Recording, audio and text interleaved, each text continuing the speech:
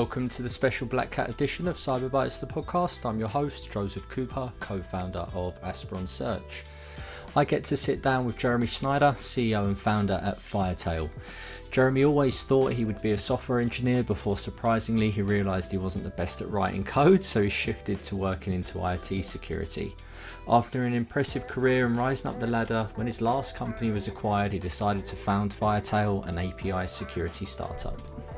All right, and we're on. All right. Introducing Jeremy Snyder, CEO and founder of FireTail. Yep. How are you, mate? I'm doing well, thanks. How about you? I'm all good. You're my first Finn on the show. Hopefully not your last. Hopefully we do not. have a strong cyber community. Absolutely. Yeah. When did you move to US? So it's a funny backstory. I was actually born here, and I am half American. Yeah. But I lived in Finland as a young child for a while. Lived in Germany, spent a bit of time in France, but probably did at least half of my childhood here in the US. Moved back to Finland when I was 18 and then came back to the States when I was 21. Got it. Is that when you got thrown off a tram in Sweden? I read down your... off a train. It was a train from Stockholm to Oslo, and that was that would have been in 1995. Right. Yeah, it was a whole mix-up about tickets that we hadn't yet purchased and were trying to purchase, and they wouldn't let us purchase on board, which you could do in those days. It was a thing. Yeah, absolutely. Well, great. Thanks for coming on. With all my guests, I like to get a bit of an idea of your background and how you got into the industry. Yeah. So it's kind of funny because I did my degree in computational linguistics. Yeah. And I always thought I would be a software developer. And I even joined a company that was making translation software. So it was right on point. And I'm thinking, great, fantastic, this is it. Turns out I suck at writing code. So I got into that company with the full intention of being a software developer. And they were like, listen, you're not quite at the level we need on the software development side, but we're growing so fast. What do you think about kind of doing IT, security, all this kind of stuff? And that took me down the path. And we were growing really, really fast. So we went from, a couple locations. We opened offices around the world, data centers all around the world at that time. We were literally building out server closets and server rooms in all of our office facilities. And in those days, IT and cybersecurity were very much one organization. Right. So our responsibilities were, yes, infrastructure and network and email and databases and all of that, but it was also the security of all of those systems as well, and our desktops and the people traveling around the world for the company and so on. So that would have been starting in 1998, and I was with that company for 7 years through the rise and then the fall in the dot-com bust and then the rebuild and then the exit of the organization, and then went on to kind of continue similar work at another startup and then at a video game company. So really spent the first kind of 13, 14 years of my career as a kind of hands-on keyboard IT practitioner. Worked my way up a little bit, so I was leading teams by certainly by the end of that time. But yeah, that's how I got my start. It was kind of not being good enough at coding. Yeah. Love that. And so what inspired FireTail? Well, FireTail is really the culmination of what I did after I left being a practitioner. So when I kind of quit doing day-to-day IT, I went to work for AWS. And this was in the earliest days of the cloud, so starting in 2010. And there was a whole shift going on from, physical infrastructure to virtualized infrastructure and trying to convince people that the cloud thing was going to be big, which all of us who worked there saw the potential, and we saw some of the amazing things that our customers were doing. So I know many of the people that I worked with in that kind of early AWS cohort have gone on to build amazing things on top of AWS. I stayed in the AWS ecosystem pretty much ever since, or really in the cloud ecosystem, because it's not just AWS anymore by any means. The last 7 years of that time was really focused on cloud security. So with my background, I had a strong IT understanding, but a strong security understanding as well. And I was with a cloud security posture management company starting in 2016 through 2020 when we were acquired. And we worked with some of the largest cloud footprints around the world, customers of very large size, some digital natives, some classic enterprise, some very heavily regulated financial service organizations, et cetera. But one of the things that we saw, let's say halfway through that journey, so kind of in the 2019 timeframe in particular, was a shift in thinking away from, let's call it cloud 1.0 over to cloud 2.0. And what I mean by that is in that first shift from physical infrastructure to virtual infrastructure, customers would very much map what they had in their data centers and really kind of replicate that in AWS. You say, hey, I've got 10 physical servers that look like this. Let me pretty much copy the same specs and, spin up an equal number of virtual machines on Amazon, Azure, whatever. But what we saw in the second phase is, I've been hearing all this about, ephemeral infrastructure and auto scaling and the serverless thing and containers and how we should really be cycling things much more frequently and so on. And we started to see that become very, very real. And what was interesting about that shift was this kind of infrastructure change implied a software architecture change.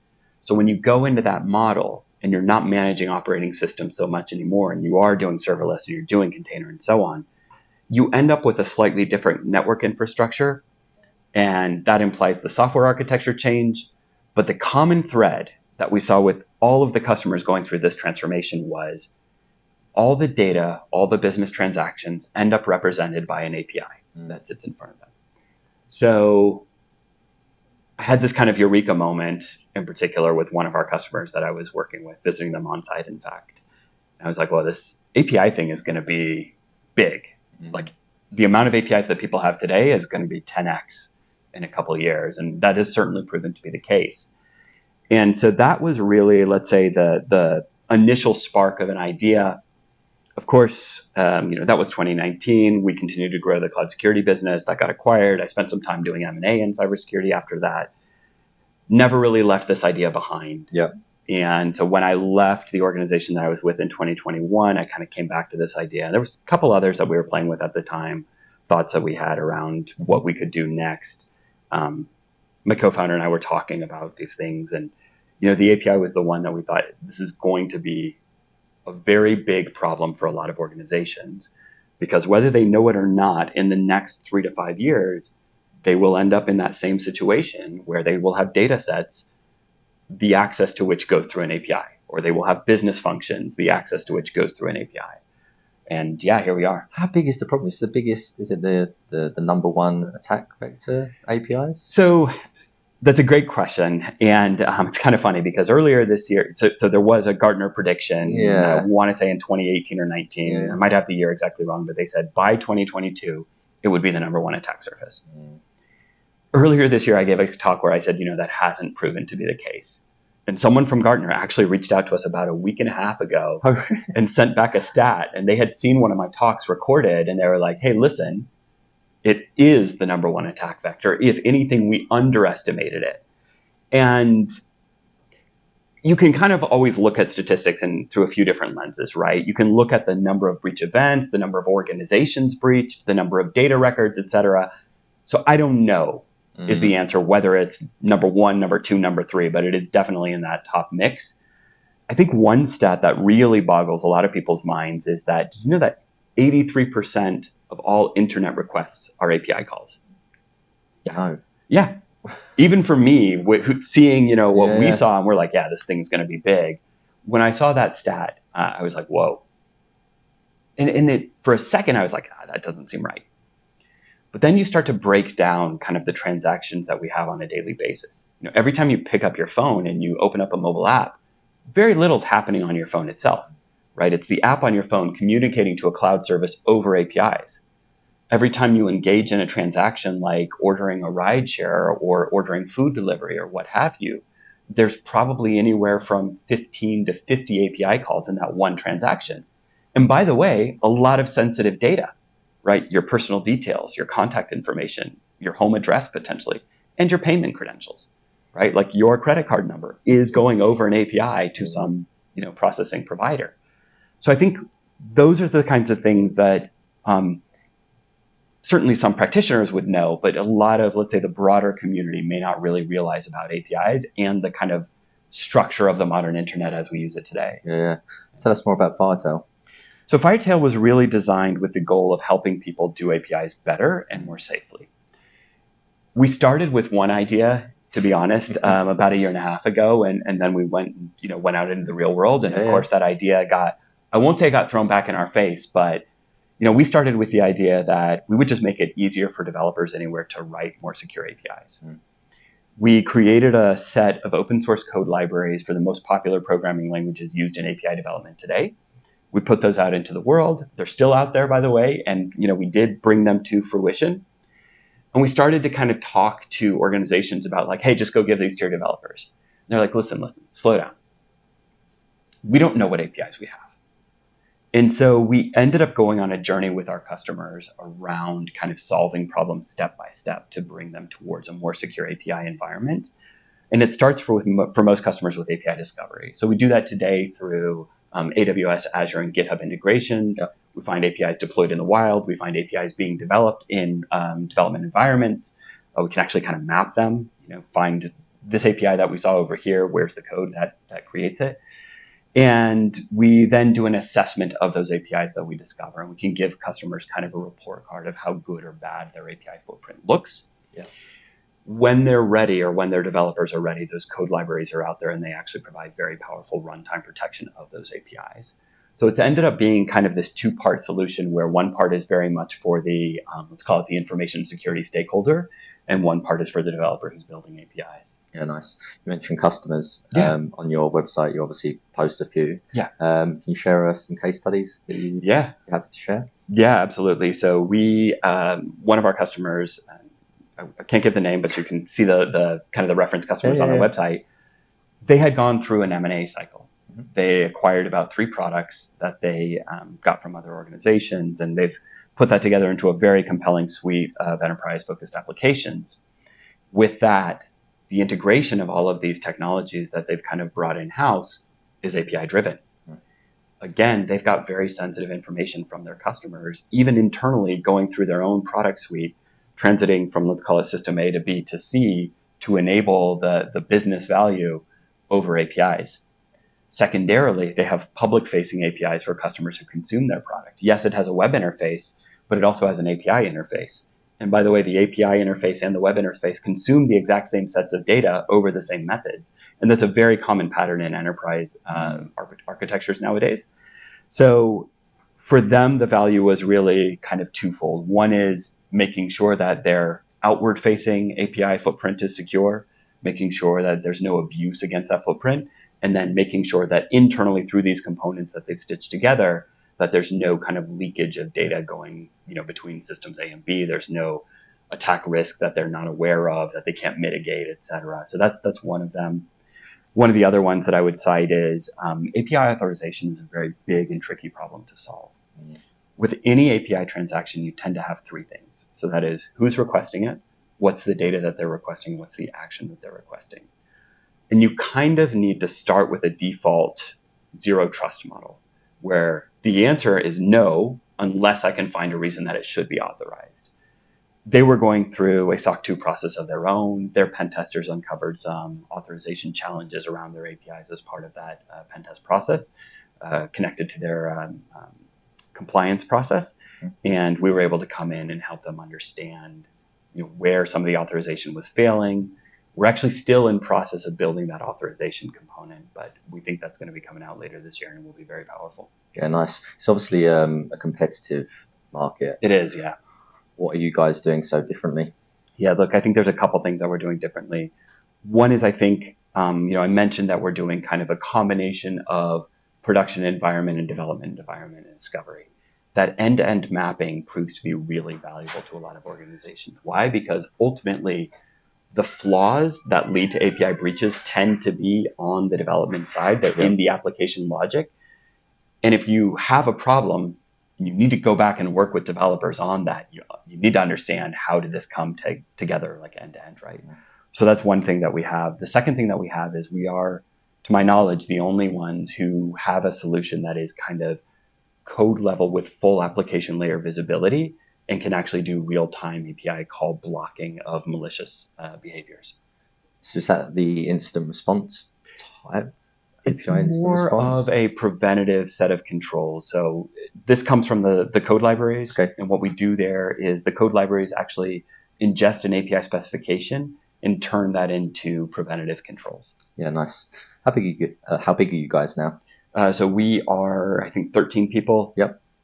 12, 13, somewhere right in that range. Are you range. growing at the moment? We are growing primarily on the software development side. We do our R&D split across Ireland and Finland, 2 very strong teams that we've brought together, and it's been fantastic. And what do you look for in folks for anyone that might be interested in joining you guys? Well, look, certainly from a technology standpoint, we are very much looking for developers who kind of have an understanding of the technical context of where we work.